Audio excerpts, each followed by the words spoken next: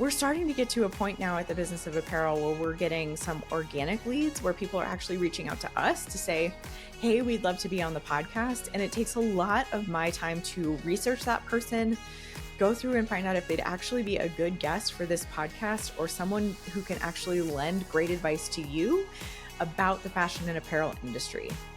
And sometimes it's not. Sometimes it's not a great match. And sometimes we find that all of that research was maybe done in vain a little bit because either that person wasn't going to be a great match, they weren't going to be able to actually lend great advice for the fashion and apparel industry, or we actually get something on the books and then they're a no-show. That has happened to me more times than not when it comes to people who I don't know personally. And so we've gotten to a point where we've really started to evaluate our priorities here at Unmarked Street and the Business of Apparel